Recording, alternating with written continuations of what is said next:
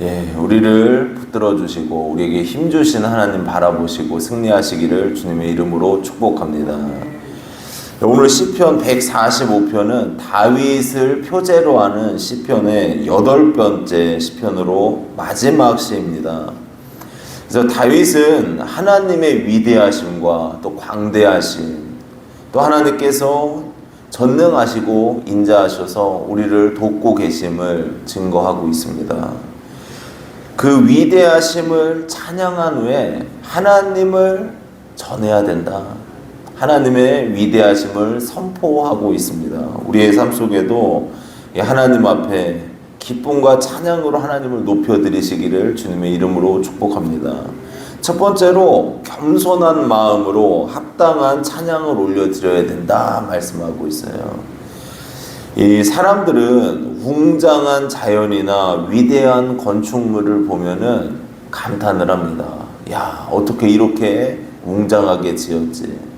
근데 미국에 가면 미국의 그랜드 캐니언 국립공원이 있는데 그곳을 가면은 아주 웅장한 협곡이 있습니다. 깊이가 1.5m라 그래요. 그리고 길이가 445km래요. 그러니까 엄청난 거리죠. 그게 협곡이 쫙 이루어져 있더라고요. TV에 보면. 근데 그 광활한 협곡을 보면서 사람들이 자신의 자금을 느낀대요. 야, 어떻게 이렇게 큰 협곡이 존재할 수 있지? 그렇게 생각을 합니다. 감탄하는 거죠. 하물며 하나님은 어떤 분이시냐는 거예요. 지존하시고 위대하시고 하나님은 그 넓이와 깊이를 알 수 없을 정도로 전능하신 능력의 하나님이신 줄로 믿습니다. 그러하기에 우리가 하나님 앞에 어떻게 돼요? 겸손해진다는 거예요. 낮아져요. 하나님 앞에서는. 그래서 겸손한 마음으로 하나님 앞에 합당한 찬양을 올려드리는 삶이 되어야 될 줄로 믿습니다. 오늘 다윗을 한번 보십시오. 다윗은 이스라엘 백성들이 존경하는 왕입니다. 위대한 왕으로 생각하고 이스라엘 사람들은 다 귀하게 그를 여겼어요. 그럼에도 불구하고 권력과 능력에 의지하지 않고 하나님 앞에 철저하게 낮아지고 겸손한 인생을 살아갔습니다. 우리 1절 말씀 같이 읽겠습니다. 왕이신 나의 하나님이여 내가 주를 높이고 영원히 주의 이름을 송축하리이다. 그러니까 왕이신 나의 하나님이여 이렇게 고백을 해요. 지금 자신이 이 땅에서는 왕입니다. 그런데 왕이신 나의 하나님이여 고백을 했어요. 무엇을 뜻하는 것입니까? 다윗이 자신이 강력한 왕이었음에도 불구하고 자신의 진짜 왕은 누구시라는 거예요? 하나님이시다. 하나님이 나의 왕이십니다. 하나님이 왕이시라면 자기는 뭡니까? 하나님의 종이라는 거예요. 그러니까 그 정도로 하나님 앞에서 자기 자신을 철저하게 낮추고 겸손하게 믿음으로 살아가더라는 거죠. 어떤 사람들은 하나님을 우습게 이야기를 해요. 어떤 분들은 그래요. 내가 하나님과 동기동창이다. 이런 분들도 있고, 또 어떤 분은 자기 부인이 교회 다니니까 하나님이 내 장인어른이다. 농담으로 해요. 그런데 하나님은 우리가 우습게 말할 분이 아니잖아요. 사실 얼마나 위대하신 분이신데, 창조주이시고 우리를 지으신 분이시기에 우리가 뭐 우습게 말을 꺼내거나 그럴 분은 아니에요. 사실 하나님이 우리를 사랑하셔서 아버지가 되어주셨고 전능하신 그 하나님이 능력이 되어주신 것입니다. 그래서 우리는 하나님 앞에 철저하게 낮아지고 겸손하게 살아가야 된다는 거죠. 다윗이 이렇게 하나님 앞에 철저하게 낮아질 수 있었던 이유는 무엇이냐? 하나님의 광대하심을 맛보았다는 거예요. 위대하심을 맛보았다는 거예요. 2절 3절 말씀입니다. 같이 읽습니다. 내가 날마다 주를 송축하며 영원히 주의 이름을 송축하리이다. 여호와는 위대하시니 크게 찬양할 것이라 그의 위대하심을 측량하지 못하리로다. 아멘. 여호와는 위대하시니 그래요. 그러니까 주님께서는 그 자체로 영광 받으시고 높임 받으시기에 합당하십니다. 위대하시다는 거예요. 그래서 그 위대하심을 찬양할지어다. 하나님 앞에 자기 자신이 얼마나 작은 존재인지, 미약한 존재인지 알았다는 거죠. 우리 가끔 가다가 개미들을 보면 어떻습니까? 개미가 사람이 볼 때 아주 작잖아요. 그럼 반대편으로 생각해서 개미가 사람을 볼 때 클까요? 작을까요? 엄청 큰 거죠. 그 사람이 지나가다가 저 개미를 보고선 갑자기 기분이 나빠요, 자기가. 그래가지고 꼭 한번 누르면 어떻게 돼요? 죽어요. 그러니까 어떻게 보면은 사람은 개미 앞에서 전능하다니까요.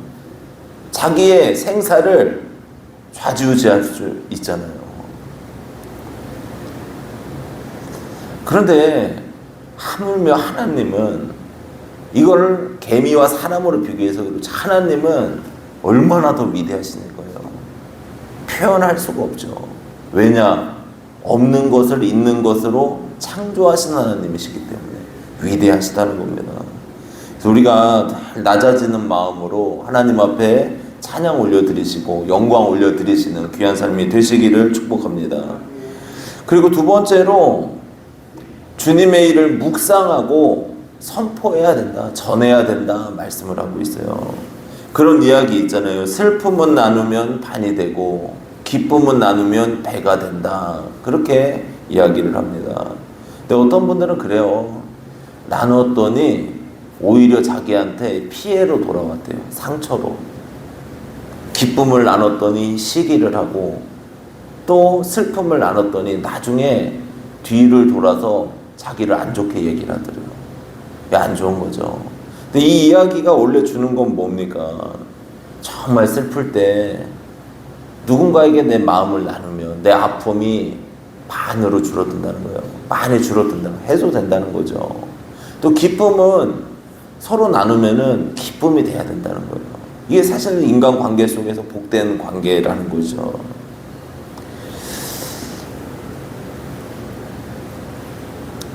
성도는 바로 이 기쁨을 전하는 존재라는 거예요.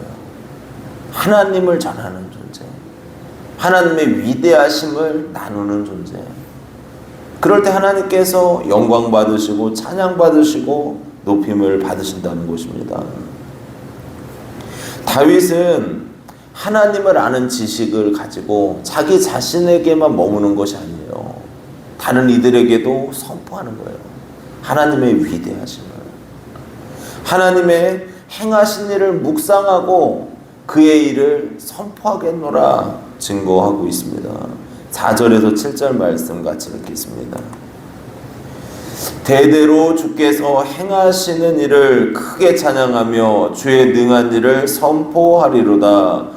주의 존귀하고 영광스러운 위엄과 주의 기이한 일들을 나는 작은 소리로 읊조리리이다. 사람들은 주의 두려운 일의 권능을 말할 것이요 나도 주의 위대하심을 선포하리이다. 그들이 주의 크신 일을 기념하여 말하며 주의 의를 노래하리이다. 아멘. 다윗의 이 고백이 무엇입니까? 하나님께서 행하신 일을 자기가 읊조리겠대요. 이것은 묵상한다는 거예요. 하나님께서 행하셨던 그 놀라운 기적과 이적들, 이스라엘 백성을 이끌어 오신 그 과정들, 성경을 보면서 자신의 삶을 통해서 하나님이 행하셨던 일들을 생각하고 또 생각한다는 거예요. 묵상한다는 것입니다. 근데 그것을 묵상하고 난 다음에 그 위대하심, 하나님의 높으심을 선포하리이다. 자기 자신만 아는 것이 아니라 다른 이들도 하나님을 알 수 있도록 선포하겠다 고백을 하고 있어요. 우리도 마찬가지입니다. 창조하신 하나님을 만났다면 하나님을 전하는 거예요. 예수 그리스도를 전하고 복음을 전하는 삶을 살아야 됩니다. 우리의 삶 속에서 또 성경을 통해서 하나님이 행하신 많은 일들을 우리가 알고 있잖아요. 우리는 그 하나님을 믿는 믿음으로 하나님의 위대하심을 전해야 될 줄로 믿습니다. 열왕기하 7장을 보면은 아람 군대가 사마리아 성을 둘러싸고 아무것도 이제 이스라엘 백성은 아무것도 할 수 없는 상황에 빠지게 돼요. 그러니까 공격을 받으니까 그 내에서는 식량도 떨어지고 모든 게 다 떨어지게 되잖아요. 심지어 이들이 자녀들을 삶아 먹었다고 기록을 하고 있어요. 야, 사람이 무서워요. 오늘은 네 자식을 먹고 내일은 내 자식을 먹자. 자식을 삶아 먹었대요. 먹을 게 그렇게 없으니까. 그런데 하나님의 역사 가운데 아람 군대가 다 도망가 버렸어요.